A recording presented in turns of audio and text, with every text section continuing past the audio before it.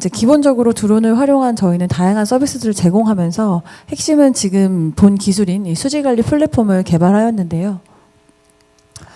드론이 수질을 관리할 수 있는 정보들을 가지고 물을 채취하고 분석하고 또 이 분석된 데이터를 가지고 정밀 분석을 통해서 정보망을 통해서 또 실시간으로 노티스를 줄 수 있는 체계를 구축하고 있습니다.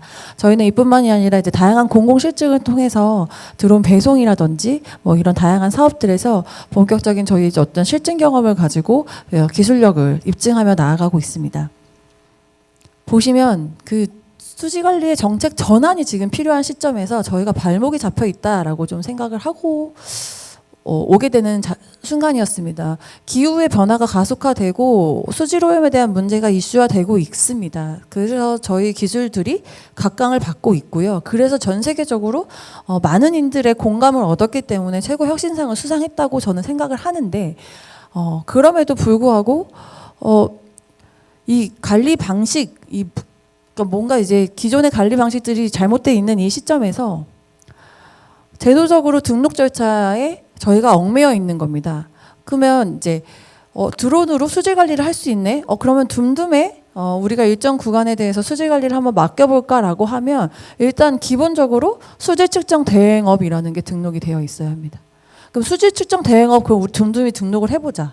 어떻게 등록할 수 있지? 했더니 실험실이 있어야 되고 고정식 장비가 있어야 되고 연구 경력이 뭐 박사급 이상의 실무 경력 5년 이상의 연구원이 있어야 되고 너무나 엄격한 규정이 있습니다. 근데 저희는 스타트업이고 영세하기 때문에 지금 있는 인원들의 급여와 운영비에도 허덕이고 있는데 이 개발한 기술을 적용하기 위한 공식 업등록을 하기 위해서 수억 원의 비용이 드는 상황이 발생하는 거죠.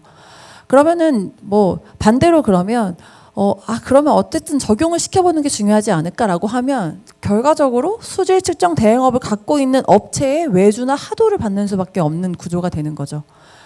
또 두 번째 문제는 법적 책임의 구조가 불분명합니다. 그러니까 결국에는 신기술을 적용했을 때 근거가 없으니 이게 문제가 발생했을 때 실무자에게 책임이 되지 않을까?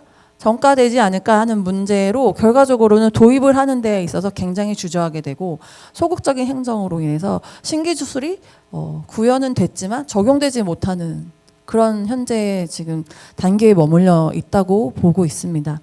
저에게 가용할 수 있는 기술은 수질 관리를 하는 데 있어서 충분히 혁신적이고 효율적이고 경제적이라고 판단이 됨에도 불구하고 이 제도에 막혀서 적용이 되지 못하는 겁니다. 그래서 저희는 이렇게 표현을 했습니다. 기술은 날고 있는데 제도는 정체되어 있습니다. 이거는 수질관리 분야만을 얘기하는 게 아닙니다. 앞서 저희가 설명드렸던 것처럼 저희는 드론을 가지고 정말 다양한 일을 하고 많은 일을 합니다. 근데 항상 느끼는 것은 드론은 수단일 뿐 드론이 그 솔루션으로 아직 인정을 받지 못하고 있다는 거죠. 인구 감소에 대응하기 위해서 매년 막대한 예산을 쏟아붓고 있습니다. 뭐 관광 정책 또는 지역 화폐 그리고 뭐 각종 외부 인구 유지를 위한 사업들이 그것인데, 근데 저희는 이때 이런 문제에 대해서 한 가지 좀 질문을 던져보고 싶습니다. 이런 정책들이 기존에 있었던 정책들이 정말 사람을 늘리고 있는 것인지, 아니면 사람이 잠시 이제 왔다 갔다 하는 어떤 숫자만을 관리하고 있는 건 아닌지 어떤 그런 행정을 좀 여쭤보고 싶은데요. 또 여러 지자체의 분석 사례를 종합해 보면은 특히 이제 아까 말씀드렸던 이 지역 화폐는 어떤 소비의 상당 부분이 그 생활 밀착력, 뭐 편의점, 뭐 이제 잠깐 가게 같은 데에서 쓰이는 약간 일회성으로 사용되는 경향이 굉장히 큽니다. 그래서 예산은 집행이 되고 있지만 그 예산이 외부 인구를 유입하거나 어떤 장기 체류로 이어지는 이 마중물 역할을 하기에는 좀 부족하지 않나, 한계가 있지 않나라는 평가가 많이 있습니다. 관광 정책도 마찬가지인데요. 이 통계상 이 관광객 수는 이제 늘어날 수 있지만 평균 이 체류 시간이 이 반나절 이하에 머무는 이 구조에서는 지역 내 어떤 정주영 소비로는 굉장히 이어지기 어렵다고 보고 있습니다. 결국 사실 이제 우리는 이제 이 정책 예산이 투입되는 이 방향과 이 지역이 실제로 원하는 어떤 그런 변화 사이에서 분명한 미스매치가 있다고 저희는 생각을 하고 있었고, 또 이제 이런 정책의 패러다임을 이제 바꿔야 될 시점을 생각해서 저희는 하나 좀 제안을 드리고자 합니다. 그래서 단순히 방문객 숫자를 세는 어떤 행정에서 벗어나서 우리 지역에 머물면서 실질적으로 기여하는 사람을 이 정책의 주체로 관리하는 단계로 넘어가야 된다고 생각하고 있습니다. 네, 이렇게 해서 저희가 제안드리는 것은 바로 이제 D2 롱스테이 비자입니다.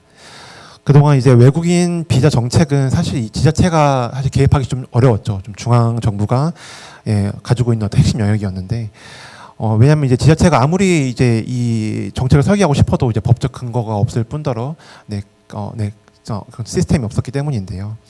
저희는 바로 이 지점에서 좀 문제를 바라봤습니다. 그래서 기술보다는 제도 먼저 해결했습니다. 또 정부 이제 오른쪽에 보이시는 이제 정부 4개의 부처와 협력을 통해서 저희가 이제 규제 샌드박스 사업의 이제 공동 사업자로 이제 선정이 되었고, 그래서 이제 기존에 이제 유학생들이 가지고 있던 이 D2 비자를 이제 D2 롱스테이 비자로 이제 전환하는 것의 키트를 마련했습니다. 그래서 이 D2 롱스테이 비자의 핵심은 단순한 또 체류 기간을 연장한 그런 것이 아니라 지자체가 지역 대학 또 지역 산업과 연계하여서 우리 지역에 필요한 인력을 이 제도 안에서 설계할 수 있는 권한을 바로 지자체가 확보했다는 것에 저는 좀 중점을 두고 싶습니다. 그래서 이제 행정은 어떤 임시 반평적인 또 인력 대체가 아니라 데이터와 계획에 기반한 또 이런 예측 가능한 인력 정주 정책을 설계할 수 있게 될 거라고 저는 예상하고 있습니다. 이 사람을 우리 지역의 정주 인구로 볼 수 있나? 라는 질문을 주실 수 있을 것 같습니다. 이 질문에 대한 어떤 행정적인 답변을 제도한 것이 바로 디지털 명예 시민증 제도입니다. 이제 분명한 것은 이제 이 명예 시민증은 외국인 유학생이나 단지 그냥 근로자라는 이유만으로 어떤 자동으로 부여되는 것이 아니라 일정 기간 합법적으로 체류를 했고 학업과 근로를 또 병행을 잘 했고 또 지역 산업과 소비 활동에 실제로 기여하고 있다는 것이 이 RSMP를 통해서 이제 확인되었을 때만 이제 부여되는 제도적 지위입니다.